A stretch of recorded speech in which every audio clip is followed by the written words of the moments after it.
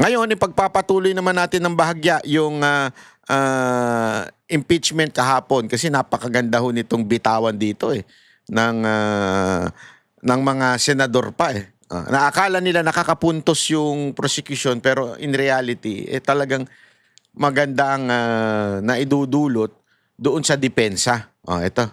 Thank you, Mr. Presiding Officer. Tutuloy ko lang po yung mga katanungan ng mga kasamahan ho natin kanina. Mr. Witness, yung babalikan ko po yung persons of interest. Itong person of interest, ito yung nakausap niyong actual killer? Yung persons of interest po can be characterized na merong nakausap. At Pero merong- yung kausap niyo, ito ba yung actual na nakontrata? Well, persons of interest yun nga po, ang sinasabi nga po natin, ito yung maaring makapagturo. Hindi pa po natin nakausap ito lahat. Ang sinasabi ko po kanina, dun sa ating Ang ina niya. Sabi ko, nung pinakikinggan ko to, ito na ba yung actual, sabi ni Gatchalian? Hindi pa sigurado. Ano ginagawa mo dyan? Ayop ka. Ano ginagawa mo dyan sa impeachment trial? Hindi pa pala kayo sigurado eh. Dali nga, balik natin yung sarili natin sa gitna. Yaon. pong mga nakilala, meron na pong mga pamilya na gustong makipag-usap sa atin at magbigay ng impormasyon. Hindi. Katunayan, nakakausap na po. So hindi ito yung actual na nakontrata? Yun po yung dumadaan pa po sa proseso ng aming pong pag-iimbestiga. Gusto ko lang by process of elimination. Yung nakausap nyo is hindi pa actual na nakontrata? Hindi pa po natin masiguro doon po sa natitirang numero kung ang isa doon ay siya talaga ang actual na nakontrata or grupo po. Yung ibang, nasabi nyo may iba rin ba kayong nakakausap pa? Tama po. Yung iba naman ay makakapagturo kung sino yung nakontrata. Tama po, Your Honor. Tama. At itong mga taong makakapagturo, ano po yung mga ebidensya na pwede nyong sabihin na credible itong mga taong to? Doon na po pumapasok yung mga intelligence report po sa amin using our tools, the human intel and the Give me an officer's example. intel. Bigyan lang kami ng concrete example na ito ay credible, pwedeng paniwalaan na magtuturo. Just give us an example. Yung ginagamit po namin dito na human intel ay yung mga dati na rin po naming informants na nasa ground po na nakakakuha po ng mga intelligence na ipinapasa po sa amin. So base ito sa human intelligence. Human intel po, tama. Pero pwede ring mangyari na itong person of interest wala ring kalalabasan. Posible po yun. Nangyayari po yan sa mga kaso po na... So yung nasabi nyo kahapong 3 to 6 months, pwede rin after 6 months, 0. Walang kalalabasan. That is a possibility, pero gaya nga ng sabi ko, because we were... Alam mo, maganda tanong ni Gatchalian dito. In fairness, ha? Ibig sabihin, ganito. Ikukonvict natin si VP Sara Duterte, tapos eventually, posible na wala kayong matunton yung investigasyon nyo. Remember, nangyari na yan kay Corona last time. Di ba?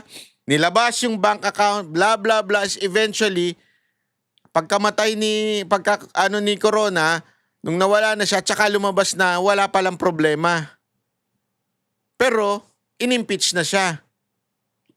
Ito yung hindi pa pala kayo sigurado. As impeach kayo ng impeach. Di ba? Anong katarantaduhan yan? Ay, sus, Ginoo. Tuloy. able to narrow down the numbers. At meron pong strong indication right now, kasama na nga po yung hangarin ng mga pamilya nitong mga taong nakausap na tinitingnan natin, dito po namin ibinabase na mukhang lalabas po ang positibong resulta po. So in other words, yung probability, mataas. Mataas po. Gaano kataas? Bigyan nyo kami ng more or less lang in Siguro your own po opinion. from the scale of 1 to 10, doon po tayo ngayon sa 6 to 7 po. 6 to 7 na merong kalalabasan na magtuturong may nakontrata.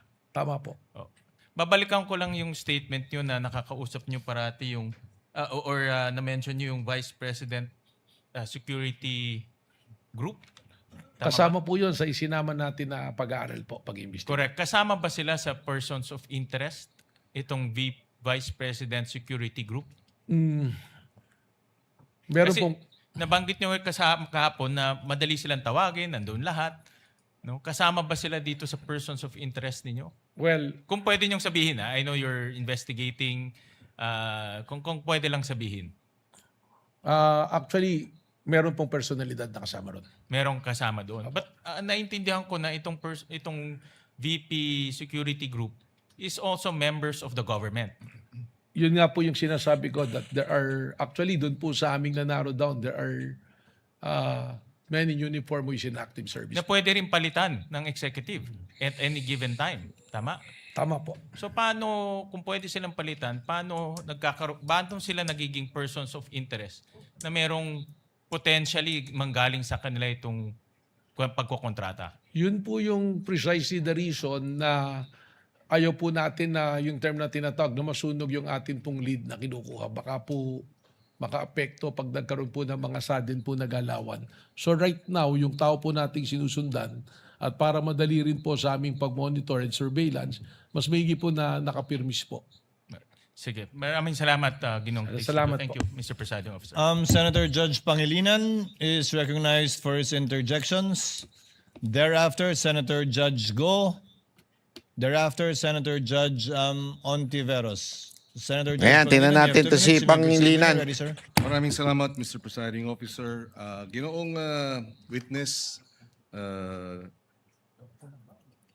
nabanggit ng ilang testigo bago sa iyo, no, sa si Attorney Lotok, na in so many words, above his pay grade yung usapin ng interagency coordination. At sabi pa niya, maaring ang direktor mismo, former director or current director, ang makapagsasabi niyan. Nung sinabi niyong merong security threat na national security threat, nakipag-ugnayan ba ang NBI sa iba pang mga ahensya ng pamahalaan Meron para pag-usapan ito? Meron po kaming tuloy-tuloy na ugnayan. Alam mo, ako natatawa. Kaya tayo natatawag ng China mukhang unggoy.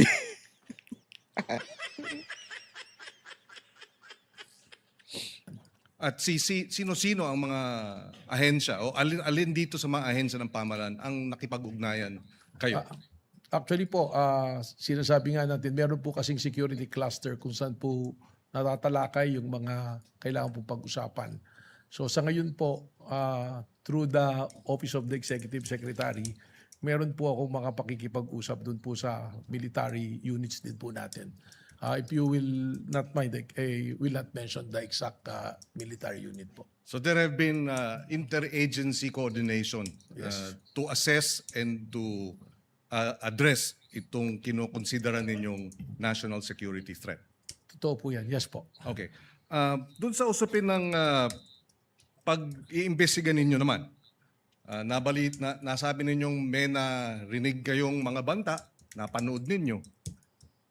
Meron ba kayong na-monitor na nagbanta naman ang ating Pangulo bilang pag-retaliate doon sa nasabing banta ni ni Vice President? Ibig sabihin po, banta ng Pangulo sa Vice Presidente? Yes, meron ba kayong na-monitor? Wala po. Kung meron man, hypothetically, tama ba yun? Well, kailangan pong imbestigahan din kung meron pong ganung banta. In other words, would you consider in a hypothetical situation revenge as justified if there is a threat to the president? He decides, he likewise publicly threatens whoever, not necessarily the vice president, whoever. Palagi ko po hindi tama sapagkat hindi naman po ito isang justifying o exempting na circumstance pagka nangyari po yung pagbabanta. Lalong-lalo na po kung mataas na opisyal, hindi po pwedeng maging batayan ang kanyang paghihiganti para magbanta po. So ang paghihiganti, self-defense ba yun? Hindi po. Hindi. In other words, hindi legal ang paghihiganti. Ang tangang po ito. Ang paghihiganti, self-defense ba yun? Patay na yung tao eh. Hindi, in the context of VP Sara's statement, patay na siya nun. Kung sakasakaling palagan niya yung hindi na talaga papasok sa self-defense yun. Patay na siya eh. Kaya tayong tatawag na unggoy. Higanti sa usapin ng kung ikaw ay tinakot o ikaw may banta laban sa'yo. Hindi po. Or kung ikaw ay, when is it allowed when is self-defense a valid,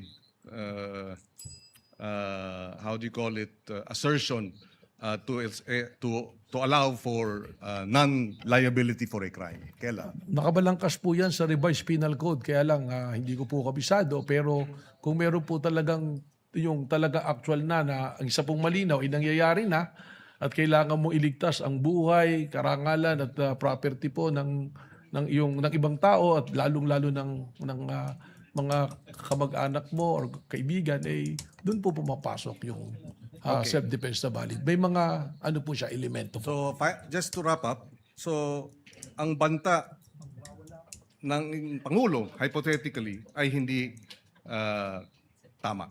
Hindi po tama. Yan po ay magbabiolate kung hindi man po sa batas na umiiral na kodigo penal, doon po sa konstitusyon bilang isang pangulo ka, meron ka pong katungkulan na igalang ang batas, igalang ang konstitusyon at maging parehas po sa ibang tao po. Okay. Maraming salamat.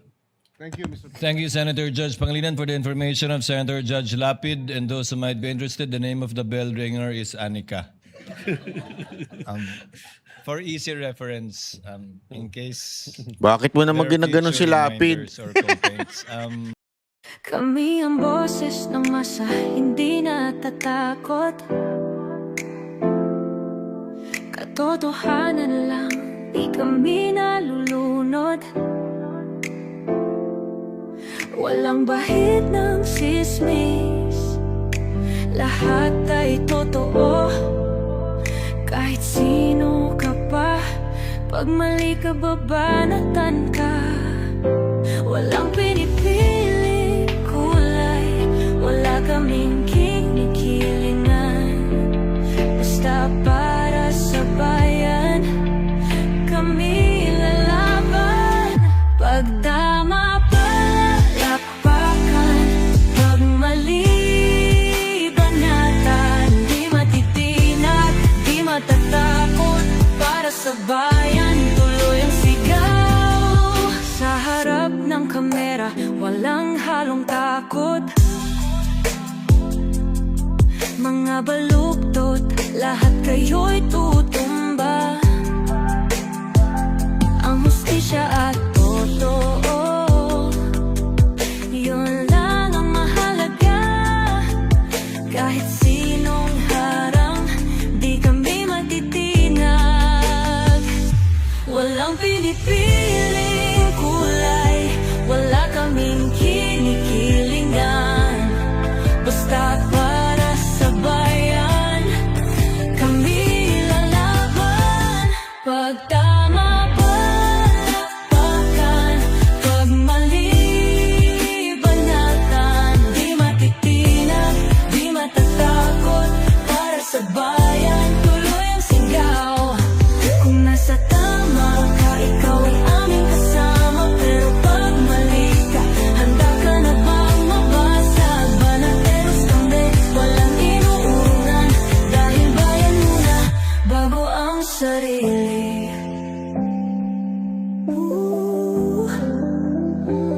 Bago ang sarili.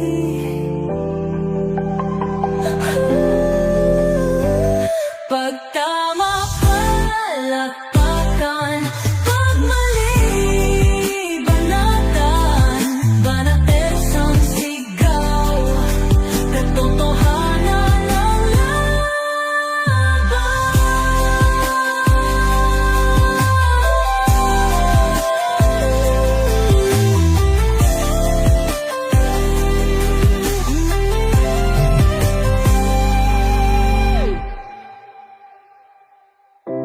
Sa